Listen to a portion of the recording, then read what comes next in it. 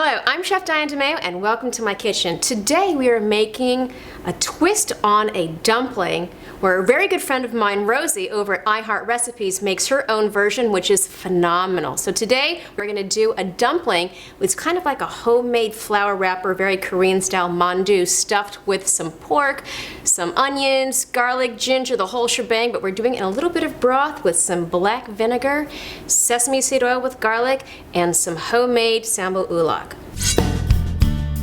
What do you do to make your own dumpling wrapper? We're going to use about 3 cups of flour and about 1 cup of hot water. Make sure that you get it nice and stirry. Your dough should be thick, and sometimes you have to knead it for quite some time.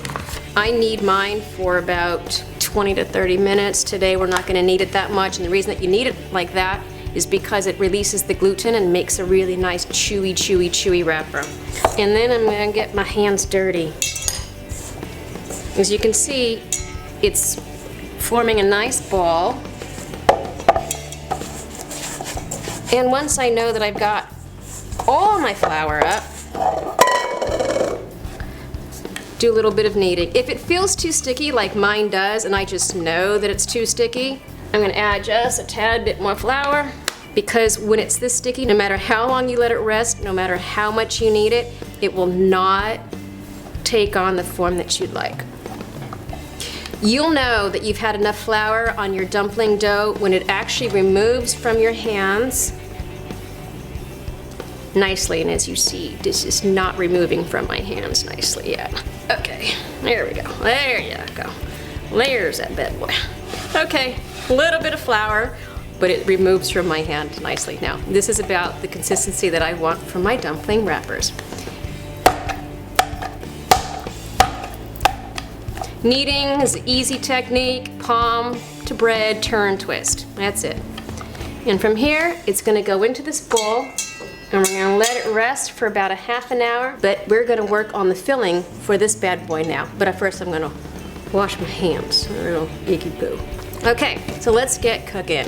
Let's get this stuff into my bowl. And from here, I'm just going to start layering stuff on here. A little bit of sesame seed oil. We're looking at, that was about 2 tablespoons, and this is about 1 pound of ground pork. We got some soy, not too much. You don't want it too salty. Again, another 2 tablespoons. I add just a touch of this to my meat, but this is also going to be a garnish once they're done. Sweetened black vinegar, and we're looking again about another 2 tablespoons. So right now the ratio, 1 pound, 2 tablespoons of all liquid. And now we go for our garlic. Garlic, we're just going to chop up nicely. I appreciate good large chunks of garlic, but that's just me. You don't have to do it this way. You can use a mincer, or you can leave them into nice little bite-sized pieces. I like my dumplings to have a little bit of like a bite to it, so I just don't taste meat. I have some vegetables going on in there. And that goes. Onions.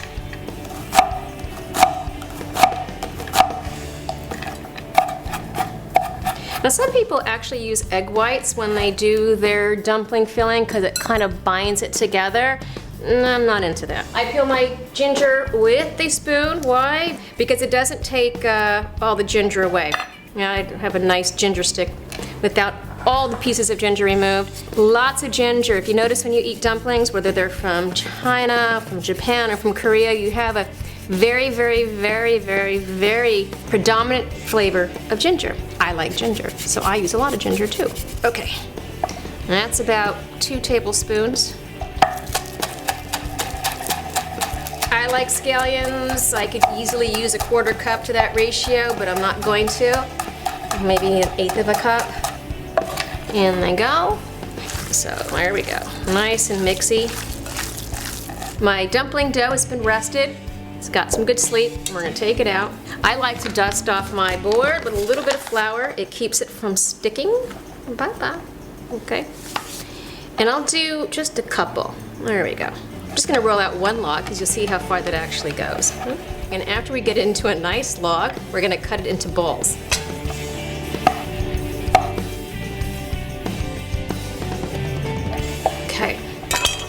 Roll them into a ball, and from here, we're going to roll it out into a nice disc. And the discs don't have to be perfect because, as you will see, my discs are surely not perfect, but our goal is not for perfection, it is for deliciousness. Now, once I have these filled, I'm gonna have a pot of boiling chicken stock. And you'll know that the dumplings are done. Why? Because just like in gnocchi, it's flour-based, and they'll kind of float to the top, and they're ready to go. Okay, that's all she wrote, and that's all we're gonna do. I got my stuffing. You can put however much you want in here. You're the one that's eating them or serving them, so you know what's best. And fold them over. A lot of times I'll take a fork, crimp my edges. You can be fancier if you want to, but you'll see when we're done with this how nice they look, and being super fancy with how I crimp my edges really won't matter.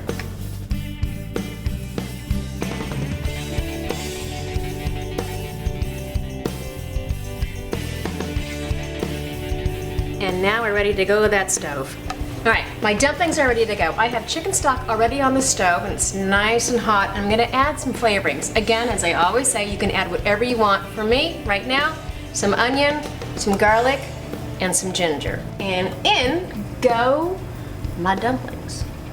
1, 2, 3. You can use any type of stock that you want with this. For me, now, chicken stock. As I said before, the way that I know and the way that you're gonna know that these are done is the dumplings actually float to the top, kind of like gnocchi or anything else that you cook that has a flour base to it. I got my dumplings in my bowl with just a little bit of the broth. It's not really a soup, it's more like a dumpling with a little bit of a kind of a base to it. Now I'm gonna add a drizzle of my seasoned sesame seed oil, which is seasoned with a little bit of garlic. And on top of that, I'm going to give it a dash of that sweet black vinegar. Maybe more than a dash. Oh, about 1½ teaspoons. And then I like to top it off with some burn your mouth sriracha. Now actually this is homemade sambu ulak. A little bit of that can go a long way. I like a lot of spice. Probably for me, 1 tablespoon, and then is the last shebang. Scallions right on top. And I think it's time to give this a taste. Got my spoon. I want to get a nice even bite of my sambu ulak and some of that broth.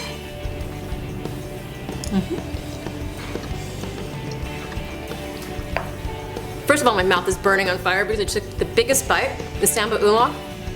The dough, nice and chewy. The meat, hints of garlic, ginger, scallions, that pork, super fatty, yummy. And that chicken broth gives it a nice Plus with that sweet black vinegar, this is delicious. But if you want to try something a little different, check out iHeart Recipes. Rosie makes an amazing rendition of this dumpling soup, and I'll see you next week with another fabulous recipe. Hello, I'm Chef Diane DeMayo, and welcome to my kitchen. Today, our bootleg tip is a flavored sesame seed oil.